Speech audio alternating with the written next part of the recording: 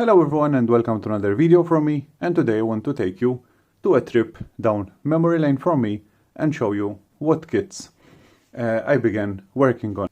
And beginning with the first one that I ever did, and it was this one. The Tamiya Ford Escort Cosworth Repsol version. I remember my brother buying this for me as a gift, as a birthday gift. Okay, let me show you around. Right there, not a good condition at all. And I remember running in the kitchen, finding the first glue that I could lay my hands on, opening the box with my brother and go ahead right away, and in a couple of hours it was finished. No paint, nothing at all. We simply assembled everything that was instructed in the manual and attached the decals, and it was ready that same night that I actually got it. The condition, as you can see, some wheels have broken off from the back, as can be seen, but otherwise it is complete except for the wipers and the roof antenna.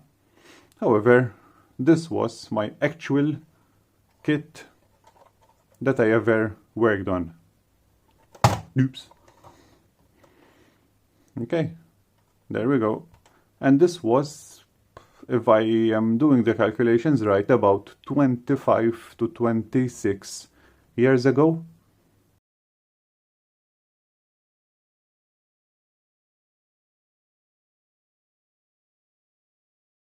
So that was the first, and this was the present that I was given the following year.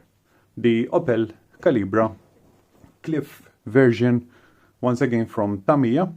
Once again, as soon on the same night that I opened the present, I found another glue that I could lay my hands on, and it was ready at that same night. Once again, no paint, nothing at all, simply attach everything as instructed in the manual, finish off with the decals, and there we have, oops, okay, we have a Calibra sitting on our shelf.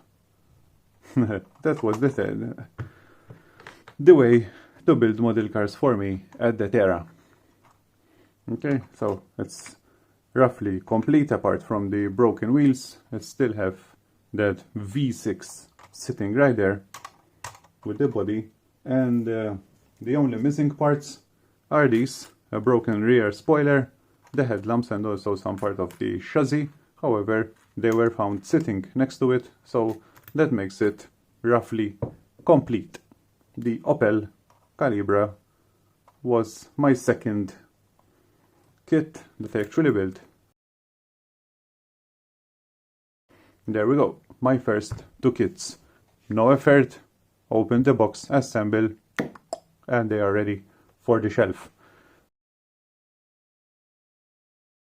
Once I built those two, I turned my attention more towards the diecast section, and but then a couple of years later I saw a guy selling the Tamiya Nissan Skyline Castrol version, the green one. He was selling this as a brand new kit.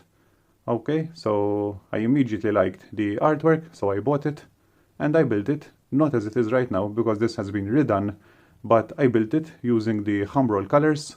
I simply painted it with a brush, all blue, installed everything original wheels and everything, and in just a couple of days it was ready, sitting right there on the shelf. And that was my official third kit that I ever built, and my first kit that I actually bought with my own money. And then after that I built some other kits, and then I decided to redo it, and that included this time using our 34 wheels and also some decals which I had bought online at that time. And I decided to be a little bit creative and try to create an Advan livery with silver instead of red. It was my first time trying some masking, not bad at all.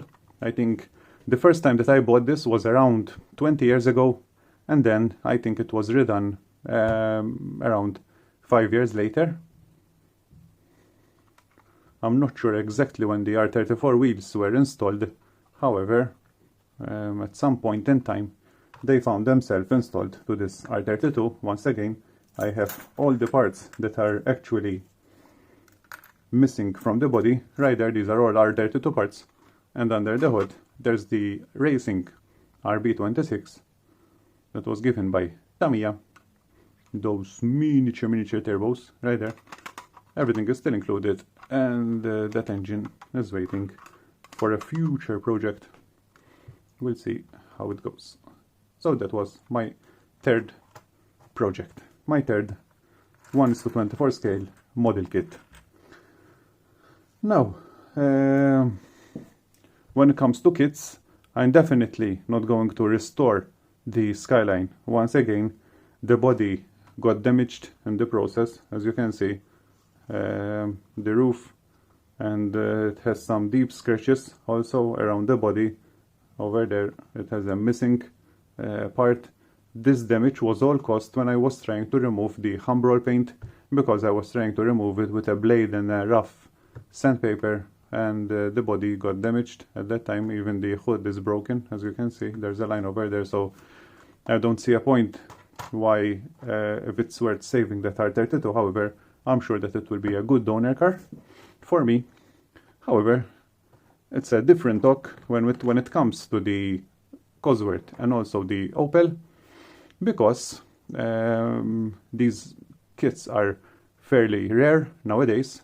I haven't made any plans for the Calibra, so it's definitely going to rest like this for now until I have something definite or some ideas what to do exactly with it. However, the Cosworth, I was thinking of maybe redoing it. It has no paint, so it wouldn't be much of a big challenge to actually take it all off apart and prepare it for primer. Right there. And I was actually thinking about making it into a street dash racing version, a clean body without any decals or anything. However, keeping the roll cage and that racing interior and making it look cool as a cool Cosworth. Different wheels and everything. However, I haven't made specific plans. I'm just thinking about how I should proceed with if I had to redo the Escort Cosworth. Let me know your opinions. What would you do? I heard opinions that some people prefer to leave them like that as a reminder to where you actually started from. However, I don't see any point in leaving them like this on the shelf. They are actually hidden away in boxes, so not much something that I see every day hidden away in a box. And I think that it would look cool to turn it into a nice little Escort Cosworth and display it into the display cabinet. Let me know your opinions. What would you do? Would you keep them like this, or would you consider redoing them like I am thinking right now? And also feel free to let me know what were your first kits. If you did apply paint on them right away, let me know. I will be much more than happy to start learning about the people that actually follow my work. This is where I actually started from. No paint, full of dust by the time, and lots of damage to try to remove the paint for the first time. Thank you for watching. That is all from me. I have talked enough in this video. Let me know in the comments below. I will be, as I've said, more than happy to read about your comments, your opinion, and I will see you all in my next video.